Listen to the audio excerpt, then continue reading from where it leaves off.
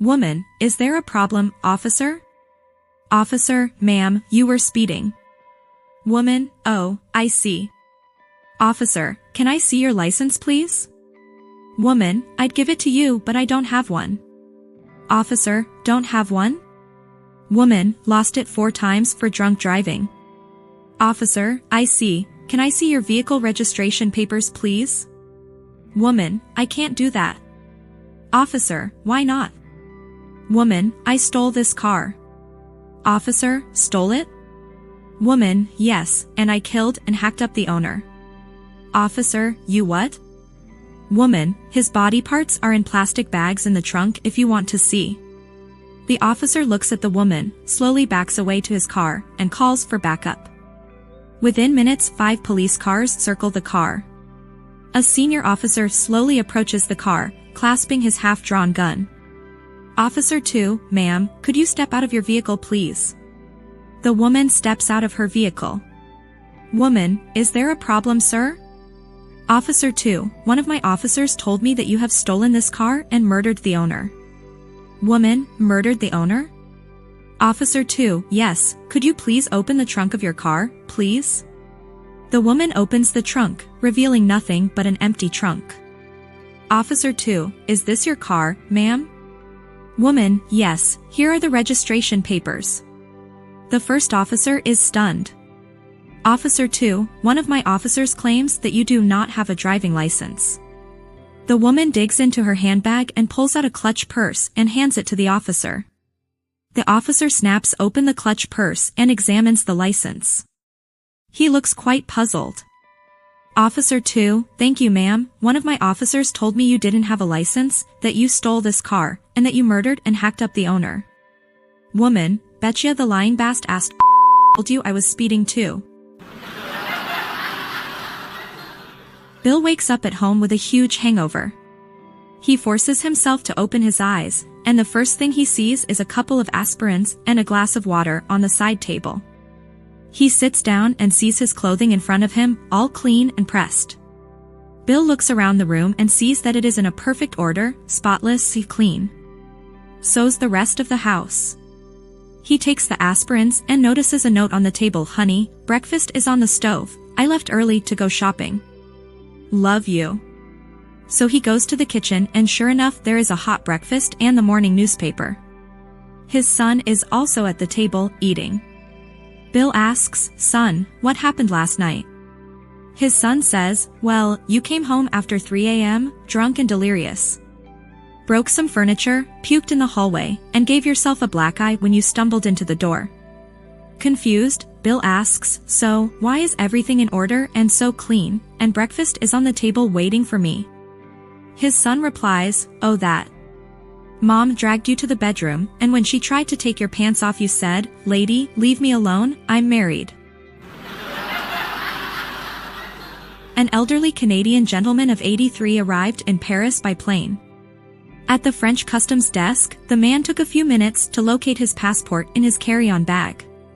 You have been to France before, monsieur, the customs officer asked, sarcastically. The elderly gentleman admitted he had been to France previously. Then you should know enough to have your passport ready. The Canadian said, the last time I was here, I didn't have to show it. Impossible, Canadians always have to show your passports on arrival in France. The Canadian senior gave the Frenchman a long hard look, then he quietly explained, well, when I came ashore at Juno Beach on D-Day in 1944 to help liberate this country, I couldn't find any Frenchman to show it to. A man is sitting on a park bench, eating his lunch. When suddenly a duckling walks by, and the duckling is completely covered in shit. The man feels bad for the little duckling, picks it up, wipes it clean with a tissue and lets it walk again. A second duckling walks by, again, covered in shit. The man feels bad and again takes a tissue and wipes this duckling clean, and lets it walk again. Now, a third duckling walks by. Again. The man starts to wonder where the hell are all these ducklings coming from, but he takes another tissue, wipes it clean and lets it continue walking. After a minute or so the man hears a deep voice behind him, saying, hey, you got a tissue for me too? I ran out talk ducklings. A police officer pulls over an elderly female for speeding while driving her husband to a doctor's appointment. The officer approaches the vehicle and attempts to explain that he stopped her for speeding. She looks at her husband and asks, "What did he say?" The husband replies, "He said he stopped you for speeding." The officer asked the elderly female for her driver's license and she turned and asked her husband, "What did he say?" The husband replies, "He wants to see your driver's license." The woman hands the officer her license and he sees that she is from his old hometown. The officer tells the couple that he remembered the town because he had the worst sexual experience of his life there. The woman looks at her husband and asked, "What did he say?" The husband replies, "He says he knows you." A taxi passenger tapped the driver on the shoulder to ask him a question. The driver screamed, lost control of the car, nearly hit a bus, went up on the footpath, and stopped centimeters from a shop window. For a second everything went quiet in the cab, then the driver said, "Look mate, don't ever do that again. You scared the daylights out of me." The passenger apologized and said, "I didn't realize that a little tap would scare you so much." The driver replied, "Sorry, it's not really your fault. Today is my first day as a cab driver. I've been driving a funeral van for the last 25 years. A trucker stops at a red light and a blonde catches up to him. She knocks on the window and says, "Hi, my name is Heather and you are losing some of your load." The trucker just ignores her, the light changes, and he proceeds down the street. At the next light, the blonde again catches up and says, "Hi, my name is Heather, and you are losing some of your load." He ignores her again and continues down the street.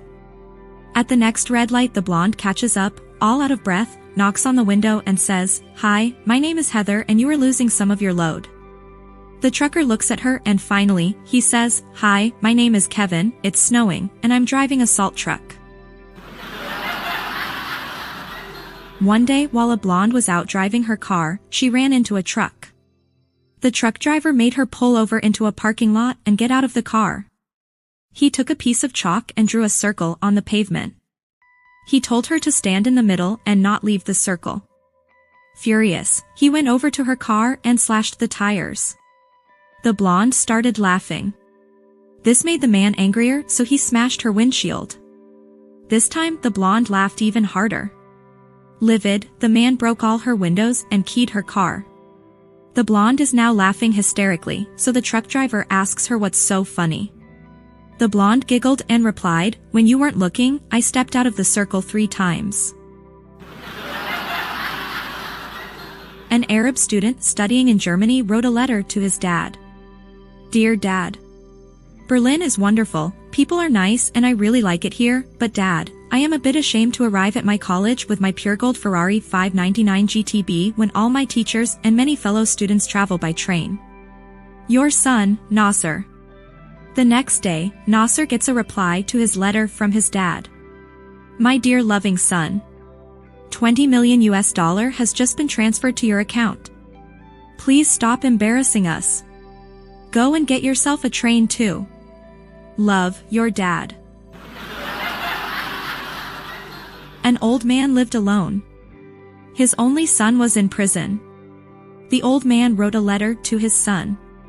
"Dear son, I am feeling pretty bad because it looks like I won't be able to plant my potato garden this year. I'm just getting too old to be digging up a garden plot. If you were here, all my troubles would be over. I know you would dig the plot for me if you weren't in prison. Love, Dad." Shortly, the old man received this telegram. "For heaven's sake, Dad, don't dig up the plot. That's where I buried the guns." At 4 a.m. the next morning, a dozen FBI agents and local police officers showed up and dug up the entire garden without finding any guns. Confused, the old man wrote another note to his son telling him what had happened, and asked him what to do next. His son's reply, "Go ahead and plant your potatoes, Dad. It's the best I could do for you, from here." The husband was not home at his usual hour, and the wife was fuming, as the clock ticked later and later. Finally, about 3 a.m. she heard a noise at the front door, and as she stood at the top of the stairs, there was her husband, drunk as a skunk, trying to navigate the stairs. "Do you realize what time it is?" she asked. He answered, "Don't get excited. I'm late because I bought something for the house." Immediately her attitude changed, and as she ran down the stairs to meet him halfway, she asked, "What did you buy for the house, dear?" His answer was, "A round of drinks." A woman wanted to know how her husband would react if she left him. She wrote him a letter saying she is tired of him and didn't want to live with him anymore. She put it on the table in the bedroom and then climbed under the bed to hide until her husband got home. When he eventually came back home, he saw the letter on the table and read it. After a few moments of silence, he picked up the pen and added something to the letter. Then he started to get changed, whistling happy tunes and singing and dancing while he did so. He grabbed his phone and dialed a number. His wife listened from under the bed as he started chatting to someone. "Hey, babe, I'm just changing clothes and then I will join you," he said. As for the other fool, it finally dawned on her that I was fooling around on her and she left. "I was really wrong to have married her. I wish you and me had met earlier. See you soon, honey." Then he hung up and walked out of the room. Heartbroken, she climbed out from under the bed and stumbled over to read what her unfaithful husband had written on the end of her letter. Through teary eyes, she read, "I could see your feet, you idiot. I am going out to buy bread." John decided to go skiing with his buddy, Keith, so they loaded up John's minivan and headed north. After driving for a few hours, they got caught in a terrible blizzard, so they pulled into a nearby farm and asked the attractive lady who answered the door if they could spend the night. "I realize it's terrible weather out there and I have this huge house all to myself, but I'm recently widowed," she explained. "And I'm afraid the neighbors will talk if I let you stay in my house." "Don't worry," John said. "We'll be happy to sleep in the barn, and if the weather breaks, we'll be gone at first light." The lady agreed, and the two men found their way to the barn and settled in for the night.